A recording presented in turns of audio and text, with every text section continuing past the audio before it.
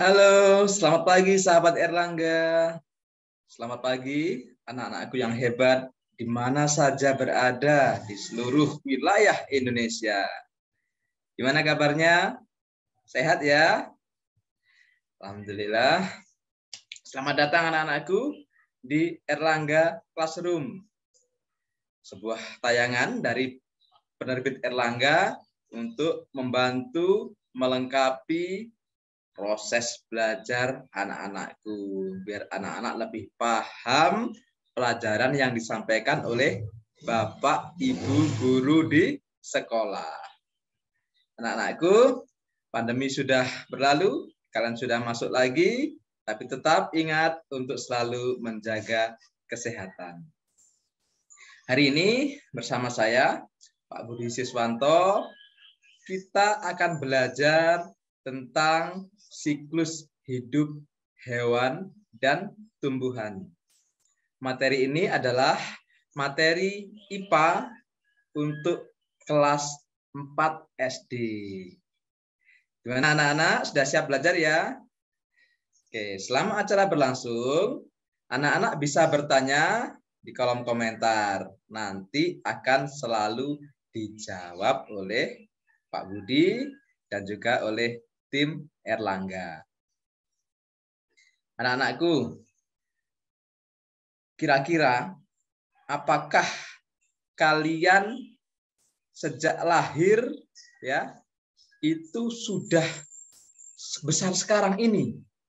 Sudah besar, sudah tinggi, sudah seperti kelas 4 sekarang ini ya, bisa berjalan, bisa berlari. Apakah demikian? Tentu tidak ya. Tentu tidak.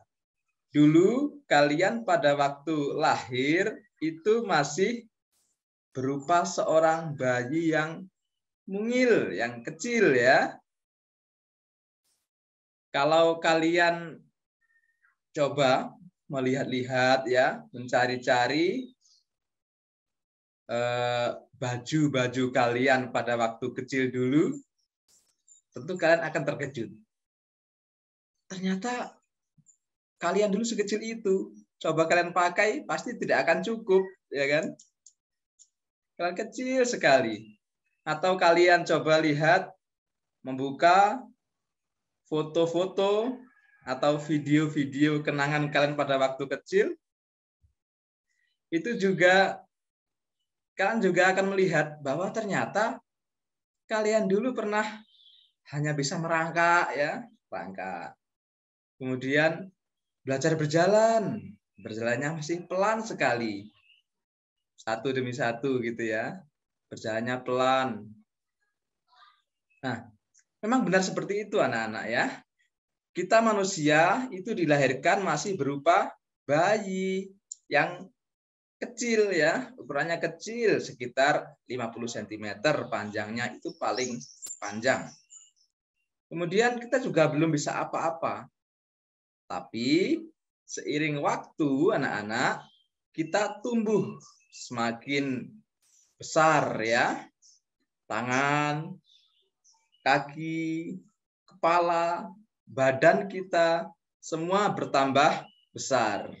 Nah, kemampuan kita juga bertambah. Kalau dulu kita hanya bisa terlentang, kemudian kita bisa tengkurap. Setelah belajar tengkurap, kemudian kita belajar merangkak, ya. Kemudian setelah belajar merangkak, kita belajar berdiri. Kemudian belajar berjalan. Berjalan 2 langkah, jatuh. 2 langkah, jatuh, seperti itu. Kemudian akhirnya kita belajar berlari, seperti sekarang. Sekarang sudah bisa semuanya ya. Bisa bicara, berjalan, berlari.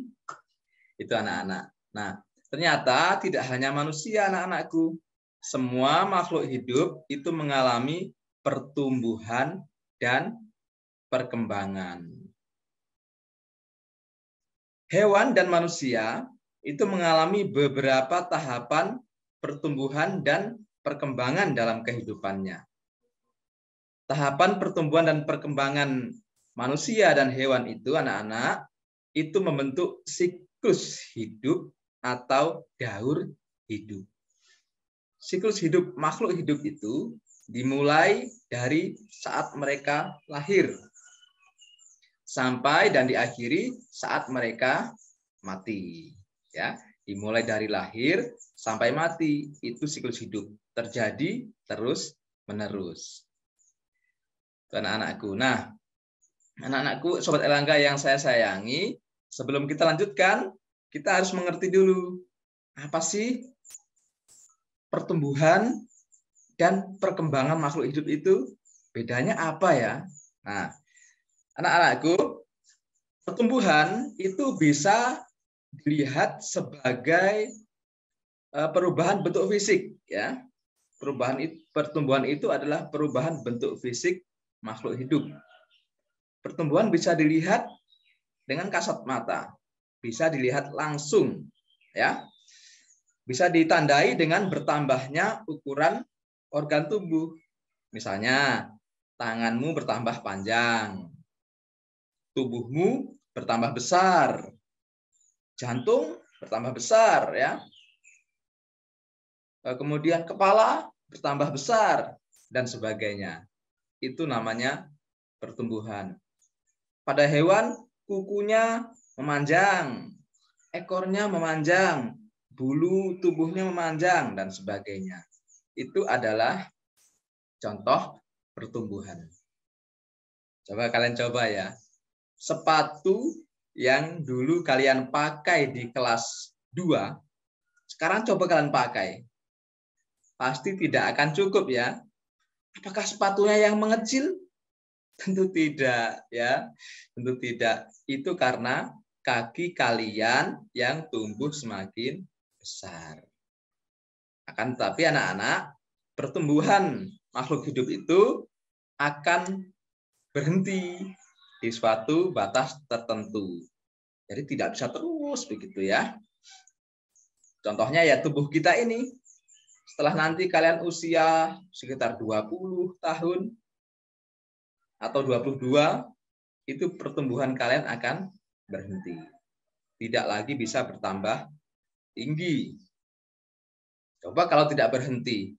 Kalian bayangkan, tentu kita semua bisa jadi raksasa ya. Terus sampai usia 60 memanjang terus. Ya, tentu akan terlalu tinggi. Nah, itu anak-anak. Jadi pertumbuhan kita akan terhenti di usia tertentu. Itu tadi tentang pertumbuhan. Sedangkan perkembangan ya, itu adalah proses pematangan fungsi organ tubuh. Nah, pematangan fungsi organ tubuh yang diperlihatkan dengan berkembangnya kemampuan kita. Perkembangan itu ditandai oleh bertambahnya kemampuan struktur tubuh dengan fungsi yang lebih lengkap. Contohnya begini. Seekor burung ya, itu dari kecil sudah punya sayap ya. Tapi mereka belum bisa terbang. Nah, belum bisa terbang. Kemudian seiring waktu dia belajar terbang, akhirnya setelah dia jadi burung remaja, dia sudah bisa terbang rendah. Semakin lama, terbangnya semakin tinggi. Itu contohnya. Contoh lagi, kucing. Pada saat masih kecil, dia sudah punya tangan, sudah punya kaki ya. Tapi belum bisa dia menangkap mangsa. Kemudian seiring waktu, dia belajar dari induknya, ya. Dia belajar berlari, akhirnya dia belajar mencari makanan sendiri. Itu contohnya. Seperti kita juga nih. Dulu waktu kecil kita belum bisa berjalan. Padahal sudah punya kaki ya. Tapi belum bisa berjalan. Belum bisa bicara. Tapi setelah besar kita bisa berjalan, kita bisa bicara ya. Bahkan kemudian kita berlatih, ada yang akhirnya bisa bermain musik dan sebagainya. Itu adalah contoh perkembangan. Demikian juga pada tumbuhan, ya. Saat kecil, tumbuhan itu belum bisa berbunga, apalagi berbuah. Tapi pada usia tertentu, mereka mulai bisa berbunga dan akhirnya bisa berbuah. Nah, itu anak-anak perbedaan antara pertumbuhan dan perkembangan. Jelas ya? Agar mudah membedakannya begini. Kalian bisa menandai bahwa pertumbuhan itu bisa diukur, ada ukurannya. Nah, tapi kalau perkembangan itu bisa dilihat, tapi tidak bisa diukur. Jelas ya? Nah, anak-anakku, hewan itu mengalami tahapan pertumbuhan dan perkembangan yang berbeda-beda. Ada jenis hewan yang mengalami perubahan bentuk di setiap tahap hidupnya. Namun, ada pula hewan yang tidak mengalami perubahan bentuk di setiap tahap hidupnya. Jadi mereka hanya bertambah besar saja. Nah, hewan-hewan yang mengalami perubahan bentuk di setiap tahap hidupnya itu dinamakan mengalami metamorfosis. Mengalami metamorfosis. Sedangkan hewan yang tidak mengalami perubahan bentuk itu dinamakan tidak bermetamorfosis. Dan ini masih dibagi lagi. Ya, di antara hewan yang bermetamorfosis itu ada yang mengalami perubahan bentuk pada setiap tahapannya. Jadi setiap ganti tahapan bentuknya berubah. Nah, hewan yang seperti itu disebut mengalami metamorfosis sempurna. Sedangkan hewan yang lain ada yang perubahannya itu di tahap-tahap tertentu saja. Kadang berubah, kadang tidak. Nah, hewan seperti itu dinamakan mengalami metamorfosis yang tidak sempurna. Nanti kita lihat contohnya satu demi satu, mana hewan yang tidak bermetamorfosis, mana hewan yang bermetamorfosis. Contoh hewan yang tidak mengalami metamorfosis. Ini ada yang lucu-lucu. Kalian pasti punya di rumah. Namanya kucing. Ya, kucing ini hewan yang tidak mengalami metamorfosis. Begitu dilahirkan anak-anak, bentuknya anak kucing ini sudah mirip seperti kucing dewasa, ya kan? Bentuk anak kucing dan kucing dewasa mirip. Hanya saja ukurannya masih kecil. Tangannya masih pendek, kecil. Badannya masih pendek dan kecil. Ya. Kukunya juga sudah ada, tapi masih kecil-kecil. Telinganya semua sama dengan yang dewasa. Nah, kemudian seiring waktu mereka mulai tumbuh, ya, si anak kucing tadi tumbuh menjadi kucing remaja. Bentuknya masih tetap sama. Tidak ada yang berubah kecuali ukurannya. Kemudian kucing remaja ini belajar berlari, belajar menangkap mangsa, dan seterusnya. Kemudian dia semakin tumbuh, akhirnya dia menjadi kucing remaja. Ya, kuku-kukunya memanjang, penglihatannya juga semakin tajam, ya, larinya semakin kencang. Ya, dia menjadi kucing remaja. Mereka sudah siap untuk hidup sendiri. Kemudian setelah cukup umur, mereka akan kawin dengan sejenisnya dan kemudian akan melahirkan anak kucing yang baru. Nah, itu perputarannya. Anak kucing, kucing remaja, kucing dewasa. Punya anak kucing lagi, kucing remaja, kucing dewasa. Itulah siklus hidup si kucing. Dia tidak mengalami perubahan, ya, atau tidak bermetamorfosis. Kemudian bagaimana dengan ayam? Ayam itu kan dia dulu berupa telur ya, beda bentuknya. Dia itu metamorfosis atau tidak? Nah, anak-anak, ayam juga termasuk hewan yang tidak mengalami metamorfosis. Walaupun bentuk pertamanya itu berupa telur ya, tapi sebenarnya di dalam telur itu anak ayam sudah memiliki bentuk tubuh serupa dengan ayam dewasa. Sudah lengkap di situ. Nah, kemudian setelah telur itu sekitar berusia 21 hari, dia menetas. Menetas, keluar menjadi anak ayam yang kecil ya. Anak ayam yang kecil-kecil itu. Kemudian ayam kecil itu semuanya kecil, kakinya kecil, sayapnya kecil, paruhnya kecil ya. Dan bulu-bulunya itu belum tumbuh sempurna, masih pendek-pendek. Karena itu dia masih butuh perlindungan dari induknya. Kemudian seiring waktu, ayam kecil itu anak-anak berubah menjadi ayam remaja. Berubah menjadi ayam remaja, kemudian dia belajar mencari makan, ya, belajar berlari. Kalau yang jantan belajar berkokok. Itu kemudian mereka berubah menjadi ayam dewasa. Bentuk tubuhnya tetap mirip, hanya ada perubahan-perubahan kecil, kadang-kadang ukurannya, kemudian warna bulunya.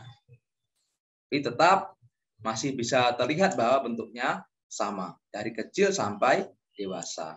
Karena itu ayam disebut hewan yang tidak mengalami metamorfosis.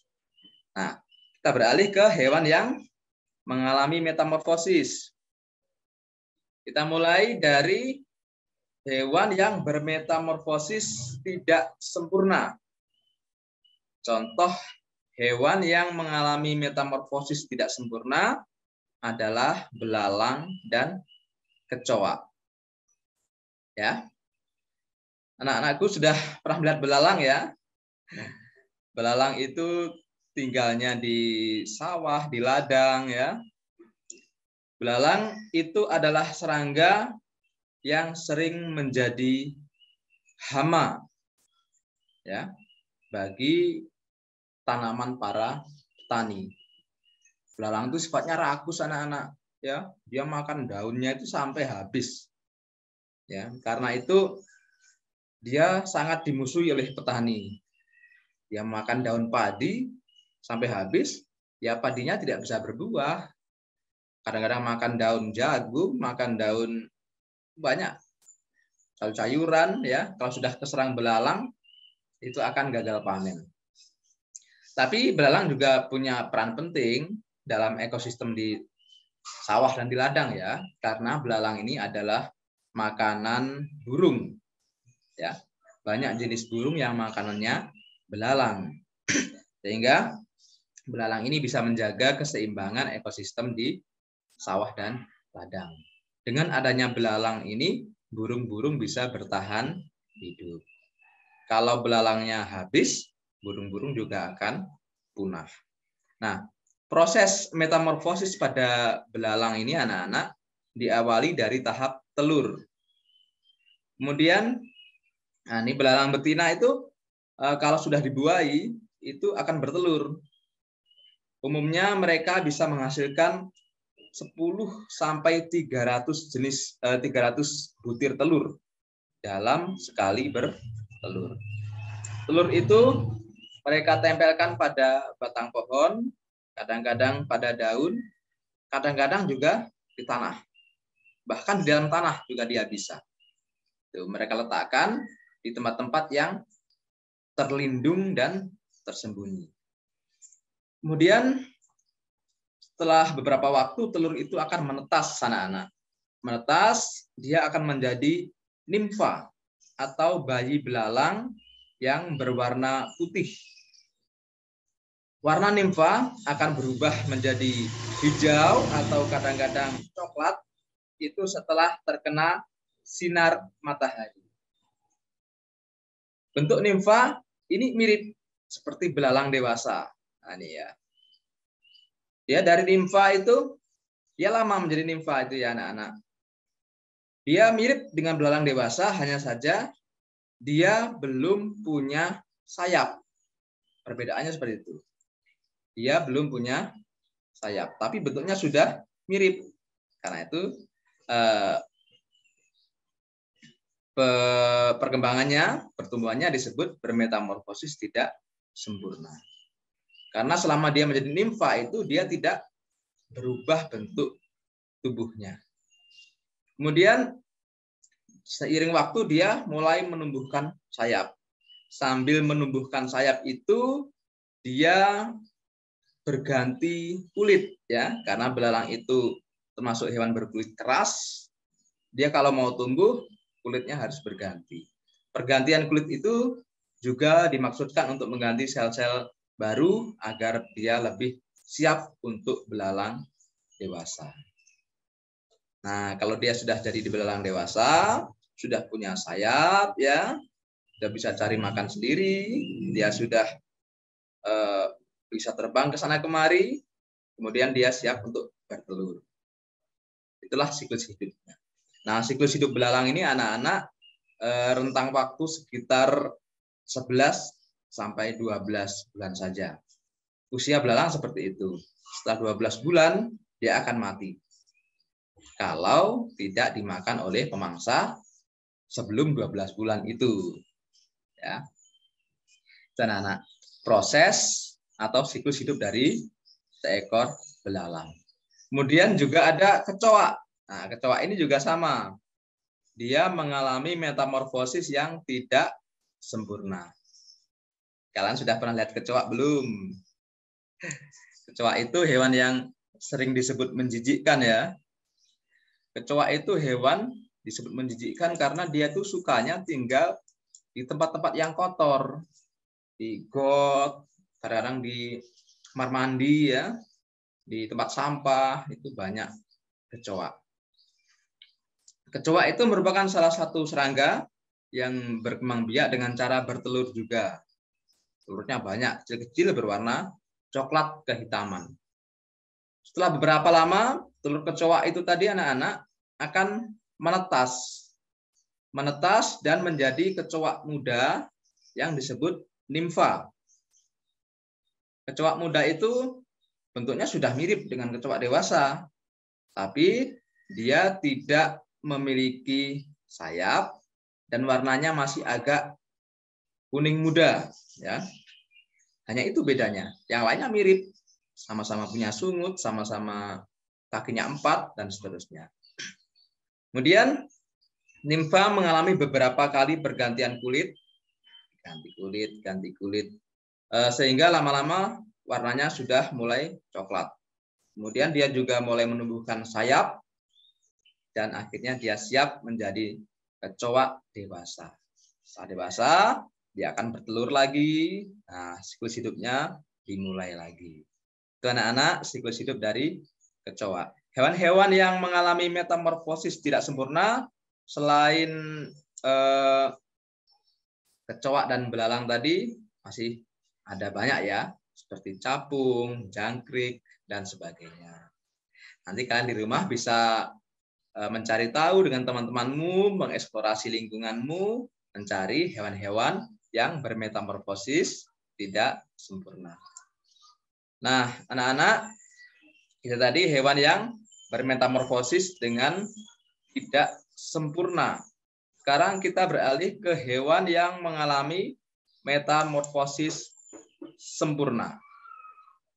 Contoh yang pertama, kita lihat ini ada seekor katak. Ya. Katak. Hewan yang mengalami metamorfosis sempurna ini anak-anakku itu memiliki bentuk tubuh yang betul-betul berbeda di setiap tahap perkembangannya. Mereka selalu berubah, tidak pernah sama. Ya. Contohnya katak ini. Katak ini berkembang biak dengan cara bertelur di dalam air.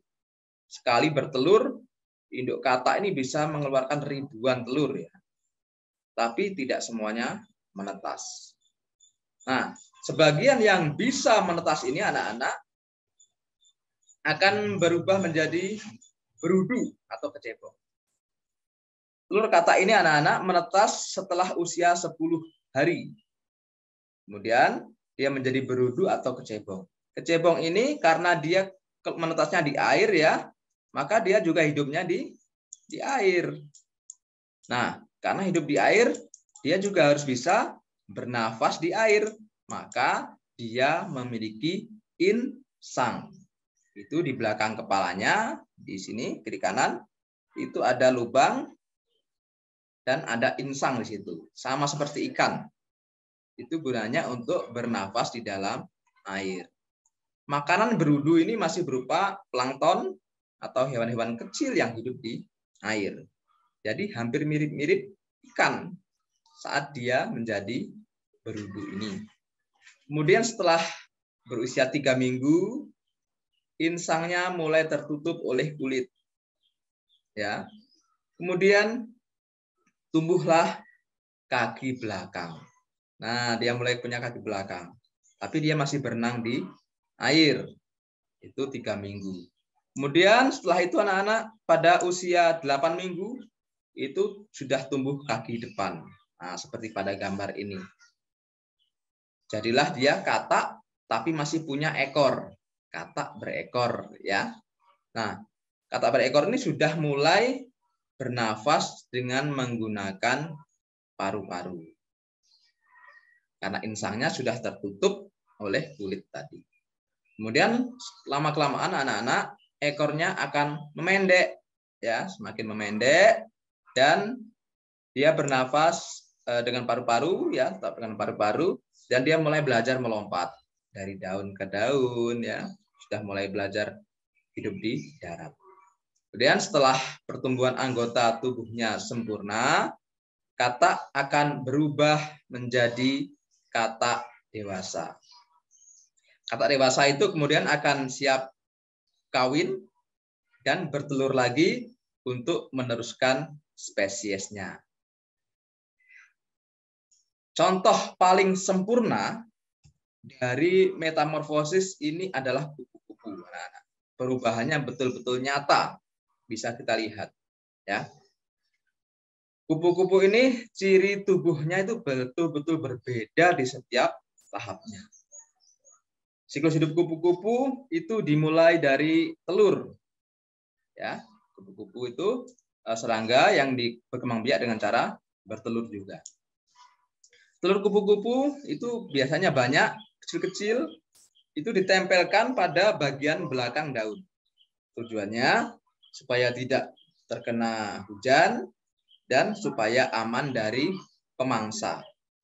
Jadi disembunyikan oleh induk kupu-kupu itu. Tapi kupu-kupu juga tidak sembarangan meletakkan telur anak-anak ya. Dia memilih daun-daun yang kiranya nanti bisa dimakan oleh anak-anaknya, oleh ulatnya itu. Jadi tidak ada kupu-kupu yang menempelkan telurnya di daun bambu, tidak ada, karena tidak bisa dimakan. Atau di daun kaktus juga tidak ada. Ya. Mereka memilih daun yang sekiranya bisa dimakan. Kemudian setelah kurang lebih 1 bulan, telur-telur itu akan menetas, ya, menetas dan muncullah ulat. Nah, muncul ulat seperti itu, anak-anak. Ulat itu adalah fase dari pertumbuhan kupu-kupu yang sangat rakus di situ. Di situ dia hanya makan terus. Yang dimakan apa? Yang dimakan adalah daun-daunan ya. Sehingga kalau ada tumbuhan yang ada ulatnya, biasanya daunnya sampai habis ya. Ya makan terus. Mereka akan makan sampai mereka merasa cukup tenaga, cukup cadangan makanan dia untuk menjadi kepompong. Nah, jadi makan itu untuk persiapan menjadi kepompong. Setelah dia merasa cukup, ya, maka tahap ketiganya dari siklus hidup kupu-kupu adalah dia menjadi kepompong. Nah, kepompong ini adalah sebuah tempurung atau cangkang ya, yang mereka pintal dari zat di perutnya ya. Zat di perutnya itu dirangkai, dirajut, itu menjadi sebuah kepompong. Nah, ulat itu berdiam diri di dalam kepompong itu selama 10 sampai 12 hari. Di situ dia hanya tidur ya. Hanya tidur dan mencerna semua makanan. Bahkan kalau makanannya habis, dia juga mencerna dirinya sendiri. Nah, mencernanya itu dengan enzim ya, yang ada di dalam tubuhnya. Setelah proses yang panjang ini, proses puasa ini ya, dia puasa saja, tidak makan, kemudian dia akan keluar dalam bentuk kupu-kupu. Tapi kupu-kupu ini juga tidak bisa langsung terbang ya, dia akan berdiam diri dulu, mengeringkan diri, dan belajar mengembangkan sayapnya. Mengembangkan sayap. Nah, setelah dirasa siap, dia baru mulai belajar untuk terbang, mencari makan, dan melanjutkan fase kehidupannya. Nah, setelah organnya lengkap, sempurna, dia sudah terbang, baru dia siap untuk bertelur lagi. Dan bukan hanya organ luarnya yang berubah, anak-anak, organ pencernaannya pun berubah. Kalau dulu pencernaannya itu difungsikan untuk mengolah makanan berupa daun, setelah jadi kupu-kupu, pencernaannya itu difungsikan untuk mengolah makanannya yang baru berupa nektar atau madu, ya. Jadi organ pencernaan kupu-kupu juga berubah. Itu anak-anak, betul-betul kompleks, lengkap perubahannya. Itulah contoh sempurna dari sebuah metamorfosis. Hewan lain yang mengalami metamorfosis sempurna adalah nyamuk dan lalat, ya. Dan anak-anak. Demikian anak-anakku, Sobat Erlangga, proses metamorfosis dari beberapa hewan ya yang telah kita pelajari siklus hidupnya ya. Nah, sudah paham ya? Sudah paham. Nah, anak-anakku, ada yang unik dari siklus hidup hewan ini, anak-anak. Dalam siklus hidupnya, hewan itu bisa berubah ya, dari yang tadinya menguntungkan bisa merugikan, atau sebaliknya, yang tadinya merugikan bisa berubah menjadi menguntungkan. Contohnya apa? Contohnya kupu-kupu tadi. Saat mereka menjadi ulat, mereka itu sangat merugikan manusia, ya, karena dia bisa menyerang daun-daun tanaman, menyerang daun apa saja, sayur-sayuran. Kalau sudah ada ulatnya, habis daunnya, ya. Cabai, buah-buahan, kalau sudah ada ulatnya, habis daunnya. Sangat merugikan. Tapi saat menjadi kepompong, dia menguntungkan. Contohnya kepompong ulat sutra yang bisa dipintal menjadi benang sutra. Kemudian juga kepompong ulat jati, ya. Kepompong ulat jati itu banyak dikonsumsi oleh masyarakat karena rasanya enak, ya. Tuh, dia menguntungkan. Lebih menguntungkan lagi kalau dia sudah menjadi kupu-kupu. Karena setelah jadi kupu-kupu, dia akan membantu tumbuhan untuk melakukan proses penyerbukan. Ya, dia hinggap di bunga, di situ dia membantu penyerbukan bunga tersebut. Dia menguntungkan bagi tumbuhan lain dan juga bagi manusia. Contoh yang lain, nyamuk, ya. Nyamuk itu saat masih menjadi jentik, dia menguntungkan karena bisa menjadi makanan ikan, ya kan? Tapi saat dia sudah berubah menjadi nyamuk, dia betul-betul merugikan bagi manusia karena dia menghisap darah kita, ya, bikin tidur tidak nyenyak, ya. Dan juga dia bisa menyebarkan penyakit seperti malaria dan juga demam berdarah. Demikian tadi anak-anakku, kita sudah belajar tentang siklus hidup hewan, dan selanjutnya kita akan belajar tentang siklus hidup tumbuhan. Siklus hidup tumbuhan adalah tahapan perkembangan tumbuhan dari awal kehidupannya hingga bisa berkembang biak dan mengembangkan spesiesnya. Siklus hidup tumbuhan sangat bergantung kepada bagaimana cara mereka berkembang biak. Ya. Ada dua cara tumbuhan berkembang biak, yaitu secara generatif dan secara vegetatif. Ini akan kalian pelajari nanti di kelas 5 kalau tidak salah. Nah, siklus hidupnya itu juga tergantung dengan itu.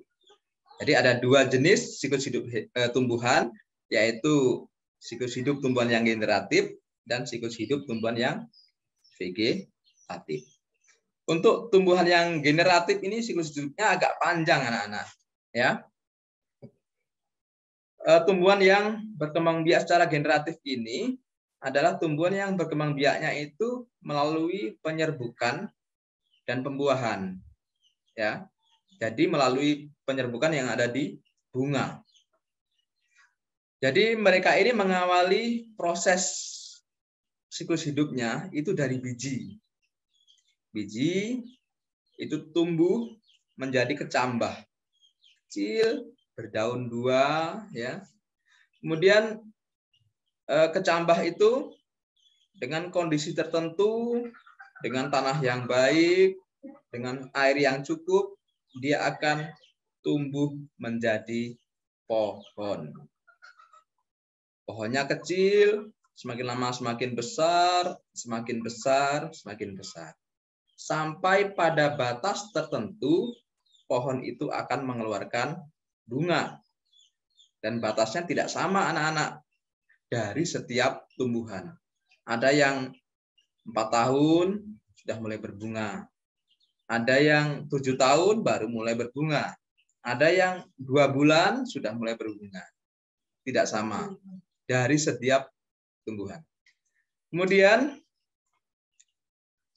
setelah batas tertentu tadi, tumbuhan mengeluarkan bunga. Nah, kemudian di bunga itu terjadi proses penyerbukan dan pembuahan.